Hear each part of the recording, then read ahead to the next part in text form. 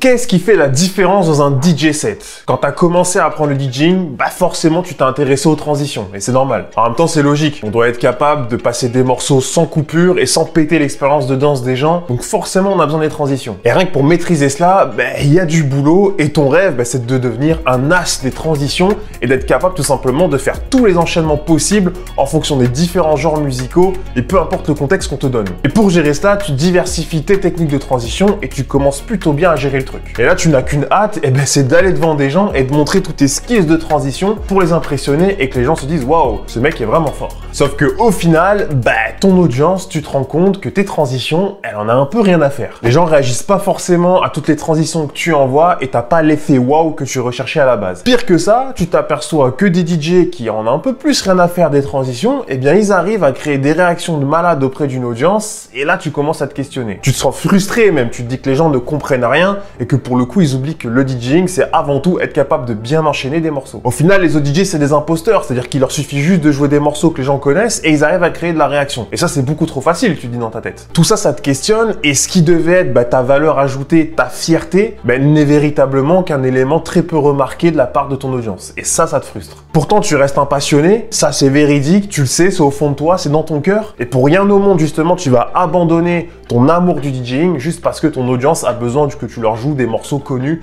et rien d'autre. Mais alors comment faire? Est-ce que tu dois accroître tes skills de transition pour aller vraiment rechercher l'effet waouh? Est-ce que tu dois jouer d'autres genres musicaux pour pouvoir chercher plus d'interaction avec ton audience? Est-ce que tu dois ajouter quelque chose d'autre à tes DJ sets tout simplement? Bref, est-ce que tu dois miser uniquement sur tes transitions pour aller chercher de la réaction auprès de ton audience? Je me présente, je m'appelle Skylab, je suis DJ producteur et sur YouTube, j'accompagne les DJ dans la simplification de leur apprentissage du DJing. Donc tu es au bon endroit. Pense bien à t'abonner avant que la vidéo démarre pour ne pas louper les prochains contenus. C'est normal, les transitions, ça reste la base de ce métier et donc forcément, il faut les maîtriser et c'est surtout un truc que tu as envie vraiment de mettre en avant. D'autant plus que ça reste un moyen super efficace de les générer de la réaction. Il y a des moments spécifiques dans les transitions, tu peux aller créer cela et ça, ce sera l'objet de prochaines vidéos que je partagerai ici. Aujourd'hui, on va surtout se concentrer sur une technique très simple que tu vas pouvoir utiliser pour aller chercher de la réaction tout en te faisant plaisir. Cette technique, tu la connais déjà sans doute, ça s'appelle le mashup. Et ouais, c'est très connu, mais on en parle très peu sur YouTube au niveau des techniques de DJ. On va surtout se focus sur les transitions. Cette technique, elle semble très sous-estimée et pourtant, elle est juste géniale et elle est très simple à mettre en place. Regarde James Hype, le mec dont tout le monde parle actuellement, alors que tu aimes ou que tu aimes pas, ça c'est autre chose. Mais ce mec-là, il crée vraiment de la réaction, juste parce qu'il combine différents éléments en live, il crée des mashups. En revanche, tu regardes ses transitions,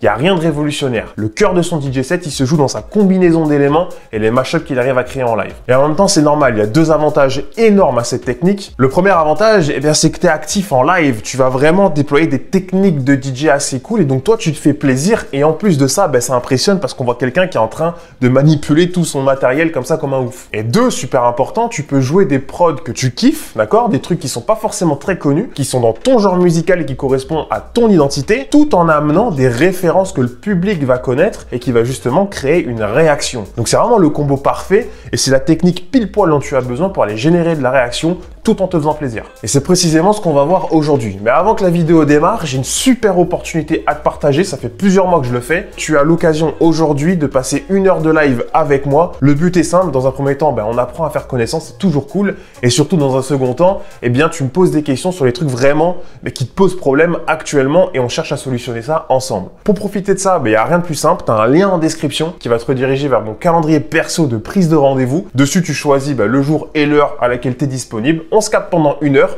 on parle de tout ça ensemble, c'est totalement gratuit en plus de ça, donc il faut en profiter. Je te laisse foncer prendre ton rendez-vous en description et maintenant on parle des mashups. Le mashup c'est simple, c'est juste la combinaison de parties de morceaux différents que tu vas mettre justement ensemble pour créer une version unique. Et les possibilités sont infinies avec ce type de technique là, et toi tout ton enjeu, c'est d'aller chercher un son que tu kiffes bien et de balancer ça sur une partie d'un autre morceau que tu kiffes bien pour créer une version cool. Je te le disais en introduction, tout l'intérêt de cette technique là c'est d'aller choper des productions qui sont dans ton univers musical que tu kiffes toi mais qui sont pas forcément très connues et de venir ajouter par-dessus une référence, quelque chose de connu par ton audience, comme ça au moins tu pourras créer de la réaction. Et pour créer cette version live spéciale, en vrai pour moi t'as que 2 éléments principaux à respecter. Le classique c'est les BPM, faut que les morceaux soient sur le même tempo sinon ça va être très compliqué de les combiner ensemble. Et le deuxième élément c'est le respect de la tonalité. Alors tu le sais sans doute déjà, théoriquement il est possible de faire matcher des tonalités qui sont différentes. Il y a des tonalités qui correspondent même si elles sont différentes. Simplement moi je te conseille, ça reste que mon avis, c'est ce que j'applique moi personnellement, personnellement, c'est de prendre des tonalités qui sont identiques. La raison à ça est simple, c'est que généralement, d'un point de vue feeling et émotion, je préfère faire matcher des morceaux qui sont dans la même tonalité plutôt que d'aller chercher des morceaux qui ont des tonalités différentes mais qui théoriquement marchent. Je mets toujours un point d'honneur sur le feeling live, le ressenti, plutôt que sur la validation théorique. Après, tu fais tes choix, c'est toi qui es responsable de tes DJ sets, mais si tu veux un truc qui génère beaucoup plus d'émotions, je te conseille principalement d'aller chercher des morceaux dans une même tonalité, tu auras des résultats beaucoup plus stylés. Et autre chose, au niveau improvisation, si tu veux faire quelque chose en live de manière totalement improvisée que tu n'avais pas prévu, tu prendras beaucoup moins de risques en prenant des éléments qui sont sur la même tonalité plutôt qu'en cherchant des trucs qui sont sur des tonalités différentes, mais qui théoriquement devraient marcher. La technique de base que je vais te montrer aujourd'hui, elle est simple et elle est géniale, c'est de prendre un acapella et de faire matcher ça avec l'instrumental d'un morceau de ton choix. Il y a un élément aussi super important et qui fait que j'utilise très souvent cette technique-là dans mes lives, c'est tout simplement que je suis producteur, tu l'ignores peut-être, mais je suis producteur, je fais mes propres morceaux et j'ai envie de les partager forcément dans mes DJ sets, sauf que jouer mes prods originales devant une audience qui ne me connaît pas, c'est pas forcément le meilleur moyen de matcher avec eux et même c'est très risqué. Et du coup, pour réduire ce niveau de risque-là, je vais prendre les instrus de mes propres morceaux et je vais venir mettre des acapellas de morceaux très connus. Comme ça, au moins, les gens, ils ont une référence. Ils ont un truc auquel ils peuvent s'accrocher. Et au final, s'ils apprécient la version spéciale, ils auront tout simplement validé mon univers. Et ça, pour le coup, c'est très, très cool. Donc, la technique, elle est très simple. Tu vas aller sélectionner un ensemble d'acapellas. Ok, je te conseille toujours d'aller choper des acapellas régulièrement. T'en as sur YouTube, t'en as parfois sur SoundCloud, t'en as sur plein de plateformes différentes. Vraiment aller enrichir ton catalogue d'acapella. Enregistre-les sur Recordbox, comme ça au moins tu auras toutes les tonalités qui seront affichées et même les BPM aussi, c'est important. Et comme ça au moins tu auras une partie de ta playlist, un dossier dans ta playlist qui correspondra à des acapellas et tu pourras aller chercher ces acapellas quand tu veux créer des versions live de mashup. Tu as juste à faire correspondre les tonalités, donc ça c'est le truc basique dont je te parlais tout à l'heure. Et après tu as juste à lancer l'acapella au bon moment par rapport à l'instrumental. Généralement moi je vais utiliser les breaks de mes instrus pour pouvoir lancer mes acapellas. Comme ça, moi, quand j'ai le moment mélodieux assez calme, je viens rajouter l'acapella par-dessus. Les gens vont pouvoir chanter, je vais interagir avec eux. Et sur le moment du build-up, soit je crée une loop et je l'accélère, etc. et je mets un toco d'effet et je lâche pour laisser le drop juste après. Soit pour le coup, je mets juste sur les 4 derniers temps, je mets un rappel avec la voix et puis après, je balance le drop. C'est typiquement ce que je vais faire là ici. C'est une version live que je m'amuse souvent à jouer. On va prendre un de mes morceaux qui s'appelle Out of Our Mind que j'aime beaucoup jouer en fin de DJ set et je vais mettre l'acapella de She Doesn't Mind de Sean Paul et tu vas voir, ça match au niveau tonalité et surtout, ça crée vraiment une version live unique. Donc, on passe sur le contrôleur pour que je te montre ça.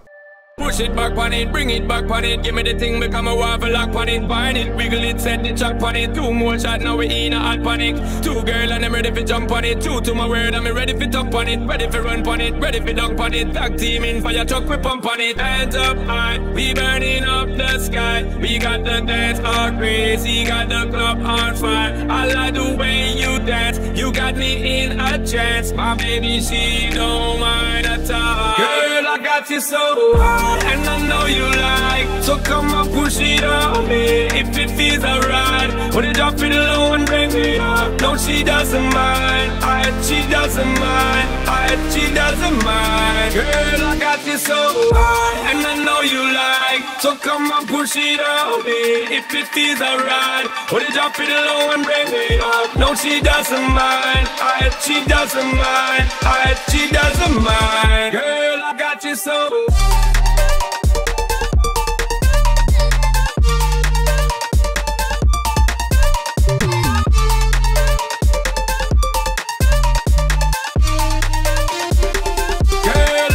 So